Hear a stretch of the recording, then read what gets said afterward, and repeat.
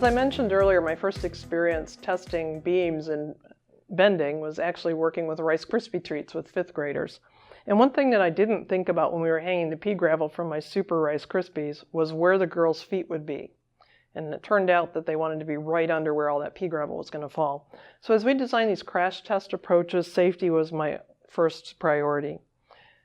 We also wanted to make sure that we could accommodate a range of beam strengths, because these folded cardstock beams from Lab 1 are quite fragile.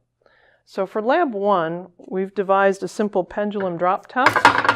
Whoops. And you can vary the mass of the water in the bottle, and you can vary the height from which you drop it. So you can create a fixed energy crash test condition, or you can determine by increasing energies whose beam performs the best. The students can also film the deflection if they have a high-speed camera in their cell phone. So we've included a quadrille piece of paper inside an old cardboard box as a way to provide you a measuring device. And we figured that most everybody has a ring stand somewhere in their school. So we simply snug the beam up against the ring stand support.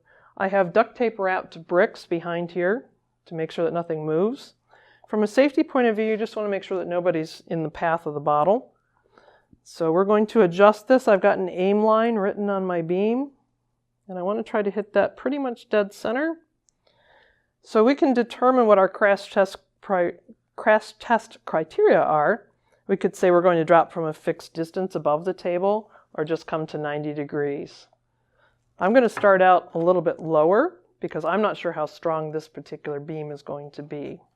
So I want to try to square him up and let her rip. Well, that didn't do much damage.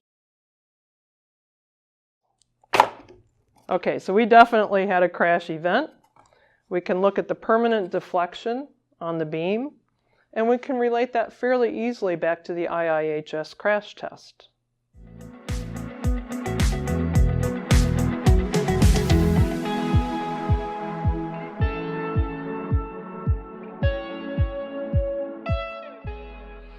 Okay, so crash test method number 2 is devised by Scott Spoler, who teaches down in Ohio. And Scott is a shop teacher, an industrial technology teacher, so he drilled holes in a PVC pipe. You could also put holes in a heavy cardboard tube, like from gift wrap. We have a pin that goes through the holes. We can vary the energy of our impact event by varying the height from which we drop a mass. And we can also vary the mass. I have 3 different masses here. These are just 1-inch bar stock of steel, cut so that they fit down the inside of my tube. We would normally attach the tube to something in the classroom so the weight of the tube is not resting on our sample. But for our demonstration purposes, we're going to start with a big mass. This is 238 grams. We have our pin at the 4th height position here, and you physics teachers will know how to convert this from potential to kinetic energy. Fire in the hole, pull the pin. Okay, so we have failed a crash test with our beam, because obviously that didn't protect the people inside. So we can back off on the mass and run it on the other half of this beam. And you can see how simple this is. Sorry, it's a stretch to get that up there. Okay, ready, set, go. Okay, so we've dented our beam, but we haven't broken it. So this is a real versatile piece of equipment. You can use it to break concrete samples as well. So that's crash test idea number 2. I like it because you can see if the beam had bent but not broken. You can get a measurement underneath. And it's also very difficult to get a body part underneath the crash zone.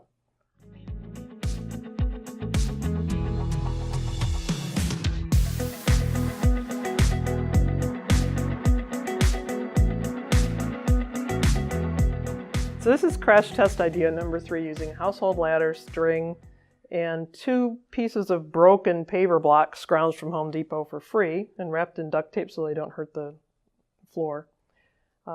This has actually been proposed as a good bounding exercise for elementary school kids. If you have to guess how much energy it's going to take to break your beam, you could try bouncing different balls off of your beam to get an idea of what kind of mass is required. We set this up with our lasagna noodle, and this is a golf ball in a Ziploc bag wrapped with twine, so it's not a very elegant experiment. So for a fixed energy crash condition, you can set a fixed mass and drop it from a fixed height simply by laying a meter stick across your steps of your ladder and then lining the weight up with that meter stick so you know the height. Or you can vary the energy and determine the winner based on which beam absorbs the most energy without actually touching the floor at the end of the crash test event, because we're going to define touching the floor as a failure. Laura, you want to let her rip? I'm ready. In 3, 2, 1. Okay, so our golf ball from that height cracked our lasagna noodle, but I had reinforced the bottom with duct tape. So even though the lasagna cracked, it didn't touch the floor. So our lasagna noodle with duct tape would have been a winner based on the test criteria that we defined. We can run this again with one of the foam beams and a larger mass to demonstrate how it works with this more substantial specimen. So we've just tied some zip ties around a hand weight and we're hanging it from the ladder. I've got one of our pink foam insulation beams supported between our paver blocks. And we're going to try to do this with variable crash energy by raising the weight to successively higher starting points. Laura, you want to let it go with the first one? Here we go. Oh, so that was too high. We need less weight. But that was a rather spectacular failure. We managed to break it in 3 places. Okay, so we'll try from a lower height and reduce the energy. All right, let's see if it can take a lower intensity hit. Okay, so you can see, physics teachers, how you can vary the energy very simply with this. Okay, so you might remember in lab number 4, the students are able to design their own beams by carving out supporting material where they think it's not worth the mass in terms of contributing to the stiffness, and they can add reinforcements. Here we've used bamboo skewers as our reinforcements, as though they were rebar. So we're going to see how much this beam can take. And this is our lower strength styrofoam, the white styrofoam insulation. Okay, Laura, let her rip. Let's see what we got. All right, we'll have to try again. Raise it up. Okay, this is one tough assembly. Ready? Okay, unscathed. 3 drops from as high as we can go. So I think, Laura, when you ran this lab with your students, you were having trouble getting things to break because they'd done such an amazing job reinforcing them. We were, but they did start to lose track of the light weighting issue. So you do want to remind students that they do need to keep in mind the mass of their beam overall.